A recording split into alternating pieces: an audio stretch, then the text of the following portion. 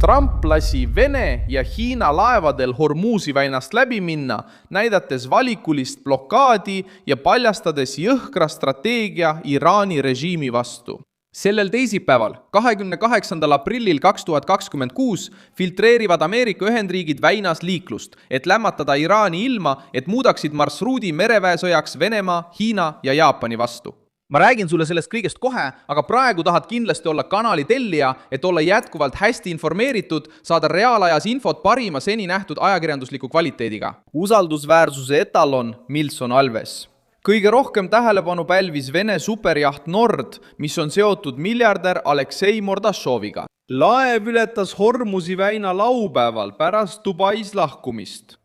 Reutersi andmetel järgnes laev heaks kiidetud marsruudile oli tsiviilalus, ei peatunud Iraani sadamas ega vedanud kaupa, mis oleks otseselt seotud Iraani režiimiga. Ei Iraan ega Ameerika Ühendriigid esitanud vastuväiteid. Kiirel vaatlusel võib tunduda, et tegemist on lüngaga, kuid Trumpi strateegia raames on tõlgendus teistsugune. Sihtmärk ei ole ükski Vene, Hiina, Jaapani ega Araabia laev. Sihtmärk on Iraani raha.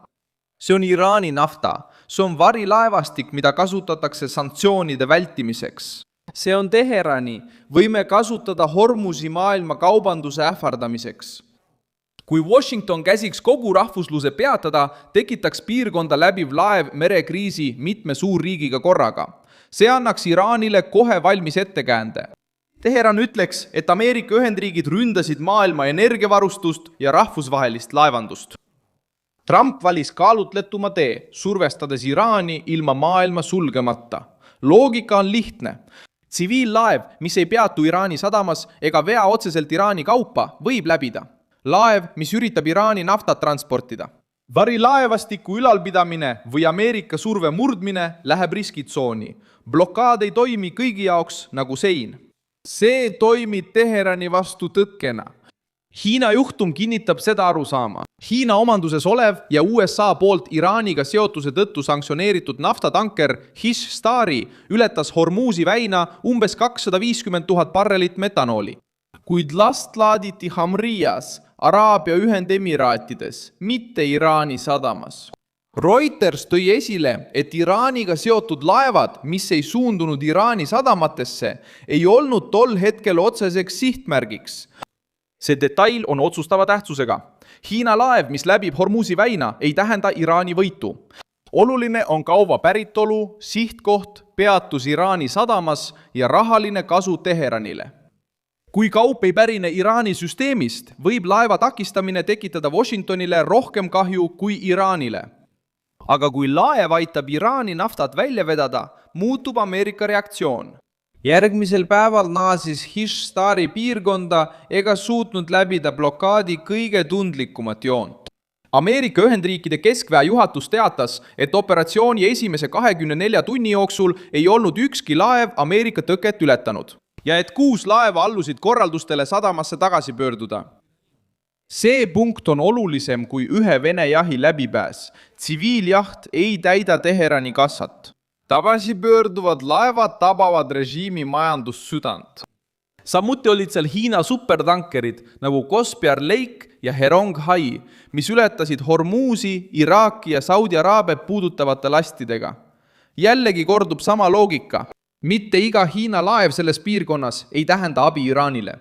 Mõned veavad energiat teistest allikatest. Sellise lasti takistamine kahjustaks kaubanduspartnereid, kes ei ole Ameerika surve sihtmärgid.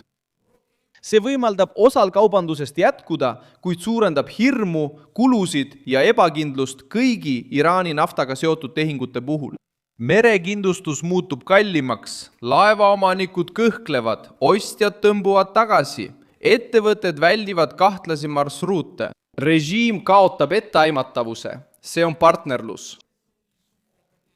Režiim võib väita, et ta kontrollib endiselt oma rannikut ja püüab vastupanukuvandit müüa. Aga kui nafta ei liigu tavapäraselt, kui ostjad kardavad ja laevad peavad tagasi pöörduma, siis kaotab jutt praktilise jõu. Majandus tunneb seda enne, kui propaganda seda tunnistab. Trump väldib samuti lõksu. Kui ta sulgeks Hormuzi kõigile, prooviks Iraan panna maailma Washingtoni vastu. Lubades läbi sõita tsiviillaevadel ja muust päritolust lastidel, lükkab ta selle argumendi ümber. sõnum on selge, probleem ei ole rahvusvahelises kaubanduses. probleem on Iraani režiimis, mis üritab kasutada väina relvana. See kalibreerimine omab sõjalist, poliitilist ja majanduslikku väärtust. Sõjaliselt vähendab see otsese konflikti riski Venemaa ja Hiinaga. Poliitiliselt näitab see, et Washington kontrollib kriisi tempot. Majanduslikult säilitab see osa energiavoolust, samal ajal kui surub kõige tundlikumat kohta. Moskva ja Pekingi jaoks on sõnum samuti selge. Vene tsiviillaev pääses läbi, sest see ei aidanud Teheranil naftat müüa. Hiina laevad, millel oli mitte Iraani päritolu last, said üle, sest need polnud peamine sihtmärk. Aga see ei tähenda vaba voli. Punane joon ilmub siis, kui marsruut hakkab Iraani riigikassat täitma. Iraan on raskes olukorras.